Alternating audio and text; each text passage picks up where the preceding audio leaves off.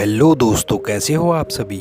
आप सभी का एक बार फिर से स्वागत है आपके अपने यूट्यूब चैनल मन का दीप मनदीप में। तो दोस्तों, आज की ज्ञान की बात है कि हमें कम क्यों बोलना चाहिए और कम बोलने के क्या फ़ायदे हैं। तो दोस्तों, वीडियो की शुरुआत करते हैं। चलिए आपसे कुछ ज्ञान की बात करते हैं।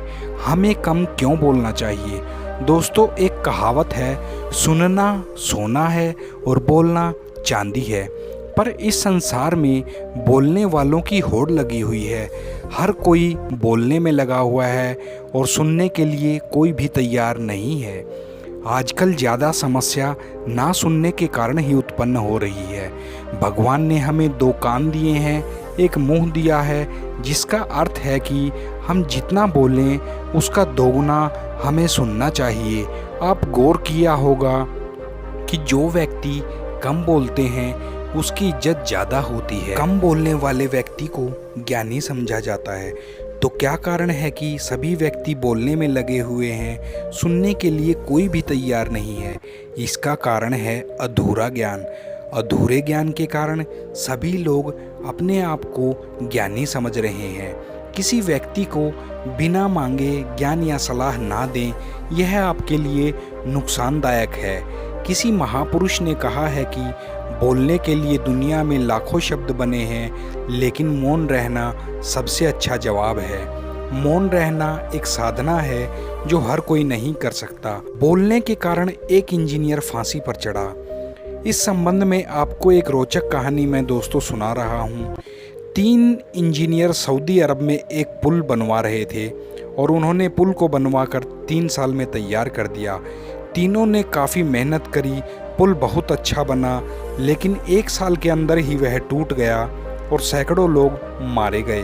सऊदी अरब के शासक को यह बात बहुत बुरी लगी।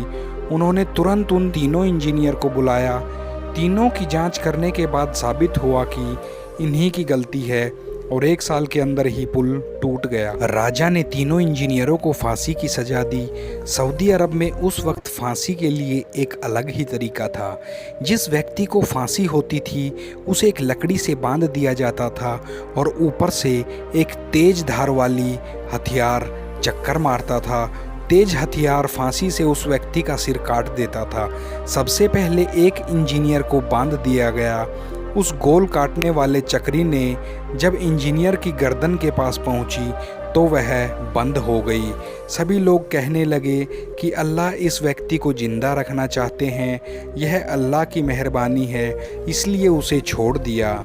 दूसरे इंजीनियर को भी लकड़ी से बांधा गया और फिर से वह चक्री उसके भी सिर के पास आकर रुक गई और उसकी भी गर्दन बच गई। तो फिर सब ने कहा कि ये भी अल्लाह की मेहरबानी है, अल्लाह ने भी इसे छोड़ दिया क्योंकि अल्लाह फांसी नहीं चाहता। दूसरे इंजीनियर को भी लकड़ी से बांधा गया, फिर वह सिर काटने वाली चक्री को चलाया गया। चक्री फिर वापस घूमकर इंजीनियर की गर्दन के पास आकर रुक गई। सभी लोग बोले, अरे वाह, ये तो अल्लाह की मेहरबानी है, इसे भी छोड़ दिया जाए क्योंकि अल्लाह नहीं चाहता कि इसे फांसी हो। जब तीसरे इंजीनियर की बारी आई तो उसने अचानक बोला कि आप ये क्या अल्लाह अल्लाह बोल रहे हो, आपको दिखाई नहीं देता कि चक्री का एक नट ढीला हो गया है, इस कारण चक्री पूरी नहीं घूम पा रही है।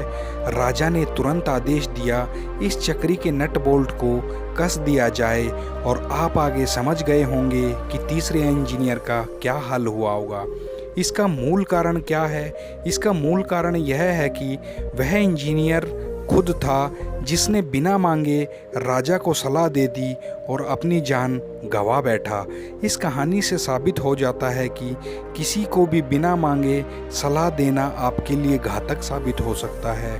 दूसरा, हमें ज़्यादा नहीं बोलना चाहिए। ज़्यादा बोलने के कारण ही वो इंजीनियर मारा गया। तो दोस्तों, अब आप सोचते होंगे कि कम बोलने या चुप रहने से हमें क्या फ़ायदा होता है। तो चलिए इसका क्या फ़ायदा होता है ये भी आपको बताते हैं। विद्वान लोग कहते हैं कि जितना हो सके कम बोलो। यदि एक शब्द से काम चल जाए तो एक वाक्य बोलो। यदि मौन रहने से काम हो जाए तो एक शब्द भी मत बोलो, क्योंकि कम बोलने के कई फ़ायदे हैं। नंबर 1, डॉक्टर कहते हैं कि बोलने से ऊर्जा खर्च होती है। आप जितना ज़्यादा बोलेंगे उतना आपके शरीर की ऊर्जा खर्च होगी, जितना कम बोलेंगे उतने आपके शरीर में ऊर्जा बची रहेगी। इसलिए जितना हो सके कम बोलो। नंबर 2, ज़्यादा बोलने से कई बार हमारे मुंह से ऐसे शब्द निकल जाते हैं जो अगले इंसान का दिल तोड़ देते हैं। कई बार आपस में लड़ाई झगड़ा तक भी हो जाता है। कम बोलने वालों को यह समस्या का सामना नहीं करना पड़ता। नंबर 3, महाभारत का यह युद्ध जिसमें लाखों योद्धा वीरगति को प्राप्त हो गए, इसके कई कारण थे, लेकिन मुख्य कारण कुछ वाक्य थे, जैसे अंधे का पुत्र अंधा, 5 पति वाली तो वैश्या होती है। यही वह वाक्य है जो महाभारत के युद्ध का कारण था। यदि कर्ण और द्रौपदी के मुंह से ऐसा वाक्य नहीं निकलता तो शायद महाभारत का युद्ध नहीं हो पाता और लाखों योद्धा अपनी जान से बच जाते। नंबर 4, कहा गया है कि तीर के द्वारा दिया गया जख्म बहुत जल्दी भर जाता है, लेकिन जबान के द्वारा दिया गया जख्म कभी नहीं भरता। इसलिए ज़्यादा बोलने वाले अक्सर दूसरों को जबान का जख्म दिया करते हैं जो कभी नहीं भरता। इसलिए कम बोलो। नंबर 5, डॉक्टर, वकील, बड़े बड़े स्टार बोलने के पैसे लेते हैं, तो फिर आप बिना मतलब फ्री में क्यों बोलते हो? आप अपने आप को इस प्रकार बनाएं कि लोग आपको बोलने के लिए आग्रह करें, तभी आप बोलें। नंबर 6, रिसर्च में साबित हुआ है कि कम बोलने वाले लोगों का दिमाग तेज होता है। यदि आपको अपना दिमाग तेज करना है तो आज से कम बोलने का प्रयास शुरू कर दें। बहुत जल्दी आपको इसमें फ़र्क दिखाई देगा। नंबर 7, याददाश्त तेज करने के लिए कम बोलना ज़रूरी है। कम बोलने वाले का याददाश्त ज़्यादा तेज होती है, क्योंकि जो भी बोलता है सोच समझकर बोलता है।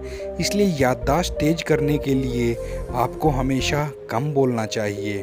अब आप सोचेंगे कि हम जीवन भर बोलते रहे तो अब हमें कम बोलने की आदत कैसे पड़ेगी और हम कम बोलने की आदत कैसे डालें?